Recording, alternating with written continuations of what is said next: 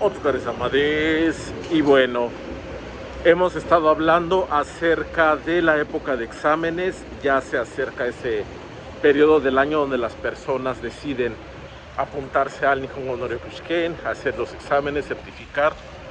Y bueno, como siempre hemos platicado aquí también, es importante para la cuestión de tener un documento que respalde, pues por lo menos parte de esos conocimientos, de ese manejo del idioma que pudiéramos nosotros tener.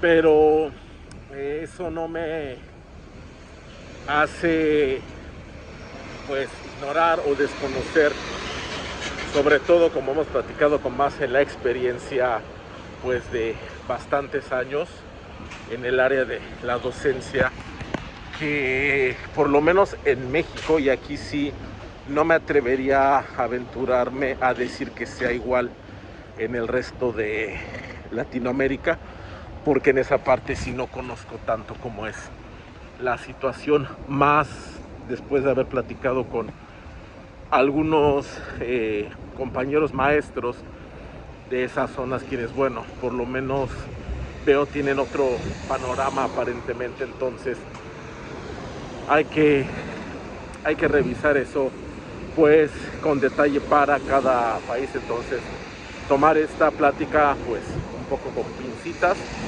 y con lo que es la la reserva que se tiene que tener, ¿no? Que pudiera cambiar la información conforme pase el tiempo.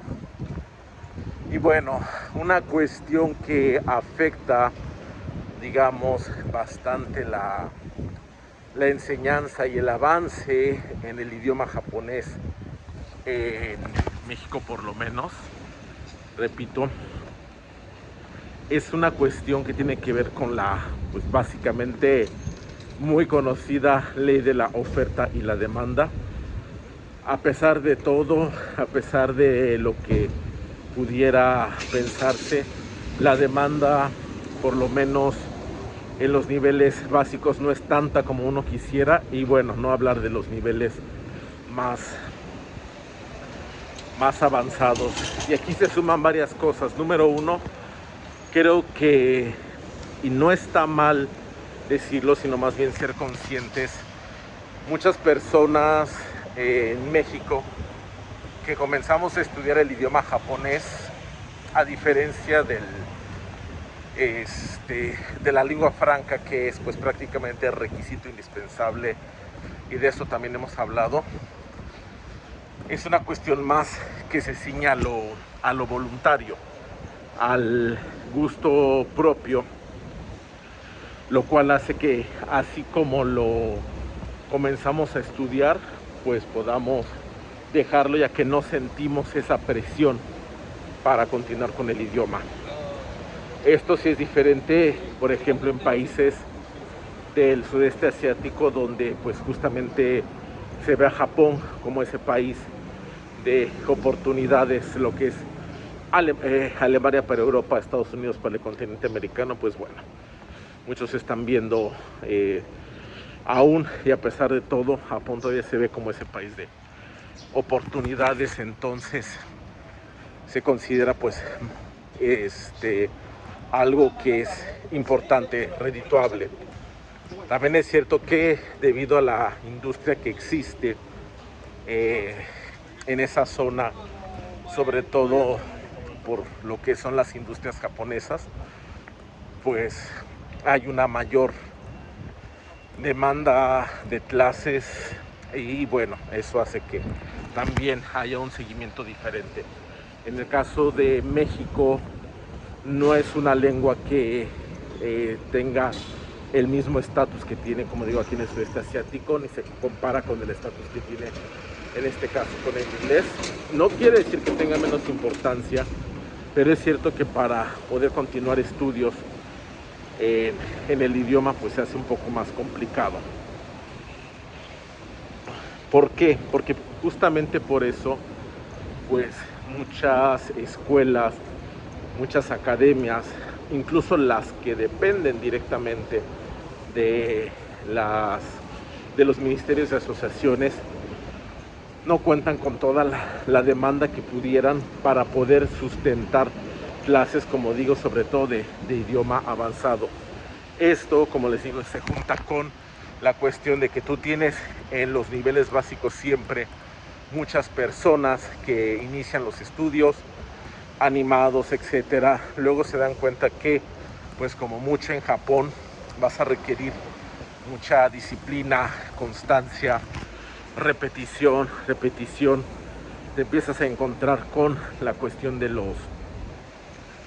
las letras, etcétera. A eso se suma el tiempo para las actividades principales, que puede ser, bueno, la escuela, el trabajo. Entonces se empieza a ver como algo que, como repito, no es obligatorio. Se puede postergar, se va postergando, y al final de cuentas pues no se avanza como pudiera ser posible.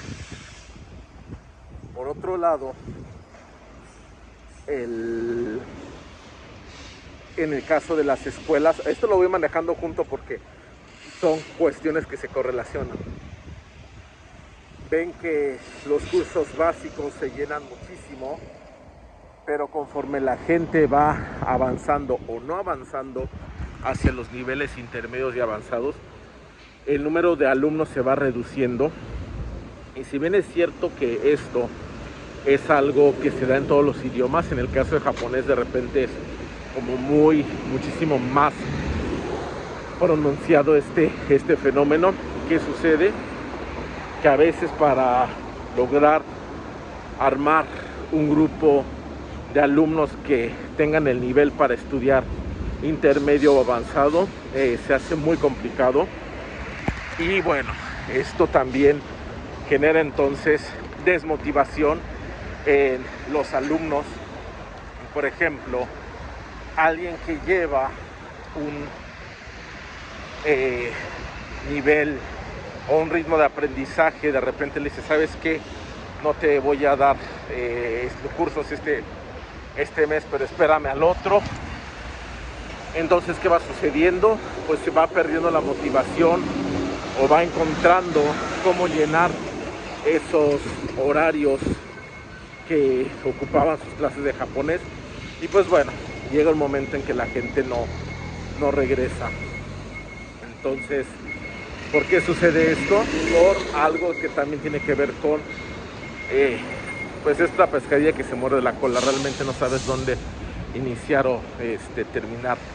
El problema es que justamente con la concepción de que el japonés es un idioma que nadie quiere estudiar, cuya demanda va a ser baja, las escuelas, sobre todo lo que son universidades públicas, etcétera, de por sí no tienen a maestros de idiomas en la plantilla regular, es decir, maestros completamente dedicados a la enseñanza del idioma. Muchos de quienes hemos dado clases en México lo hemos hecho bajo el esquema de honorarios, es decir, el día que trabajas cobras, el día que no, pues así de simple. ¿Y qué sucede? Esto también hace que para que una institución pueda decir que un grupo es rentable, pues necesita juntar un número de personas mínimo para cubrir gastos que son el sueldo del maestro, más los gastos relacionados con el mantenimiento de una escuela, etcétera. Entonces, ¿qué sucede? Que si hay pocos alumnos, las cuotas son bajas, entonces pues realmente no hay cómo pagarle ni siquiera al maestro. Por otro lado, a lo mejor pudieras cobrar más, pero entonces eso hace que el número de personas a las que puedas llegar todavía sea menor. Entonces es un poco complicado realmente darle solución a esta situación si no hay algo más, algún esfuerzo por la parte de fuera que pudiera hacer algún apoyo, etcétera, porque de otra manera se complica. Y llegamos también a esta parte de los maestros. ¿Qué sucede? Algo que pasó en México allá por el 2012-2013, muchos de los maestros que estaban trabajando sobre todo en Ciudad de México eh, bajo este esquema de, bueno, si hay grupos, te doy clases, se te paga, etcétera. Si no hay clases, pues bueno, igual que a los alumnos, no, espérame al próximo ciclo para ver si juntamos el número de alumnos que hagan el pago, etcétera, etcétera. ¿Qué genera esto? Esto genera inestabilidad, porque pues no sabes si este mes que viene, este curso que viene, este semestre que viene, vas a tener trabajo. ¿Y qué sucedió en estos años? Justamente fue la llegada de la automotriz de allá de Hiroshima, con su planta nueva, y junto con ellos pues muchísimos proveedores que también salieron de aquí para instalarse en las tierras del Bajío, y necesitaban personal que por lo menos pudiera hacer las veces de traductor para ayudarles en trámites, etcétera, etcétera. ¿Y qué sucedió? Que muchos de quienes daban clases empezaron a ver ofertas de empleo que ofrecían un salario fijo, que ofrecían las prestaciones de ley, que era lo que muchos no tenían, bueno, muchos no teníamos en ese momento, muchos no tienen todavía, estoy seguro, en el área de la docencia. ¿Y qué pasa? Pues que es muy simple, hubo una diáspora de maestros, de los maestros pues mejor calificados, con un buen dominio del idioma japonés, muchos de ellos nativos, muchos de ellos que habían dado clases un tiempo, pues vieron ahí una buena oportunidad. De la parte de maestros mexicanos, pues igual, muchos accedieron, porque imagínate, si me dices que la escuela te paga por honorarios, en aquel entonces a lo mucho 6,000, 8,000, y tienes una empresa líder mundial en hacer autos que te dice que por ese mismo conocimiento te va a dar 50,000 y te va a pagar relocalización, pues bueno, creo que la respuesta es bastante simple. ¿Y qué sucedió? Pues que esos puestos que quedaron vacantes se tuvieron que llenar de alguna manera, y se llenaron pues como se tenían que llenar. Entonces eso generó que no hubiera un tiempo para formar a la nueva generación de profesores en cuestiones como lo que es pues pedagogía, etcétera, etcétera. No es como en otros idiomas que bueno, vas y hay un curso, incluso hay cursos en México, por ejemplo, para dar idiomas como por ejemplo francés, que como hemos platicado, creo que alguna vez sí lo dije, o sea, tengo el diplomado para enseñar francés como lengua extranjera que se dio en México. Entonces ese tipo de cuestiones no había tanto en México, y muchas veces era a través de asociaciones y todo, que se podía ir como formando uno para dar clases. ¿Y qué sucede?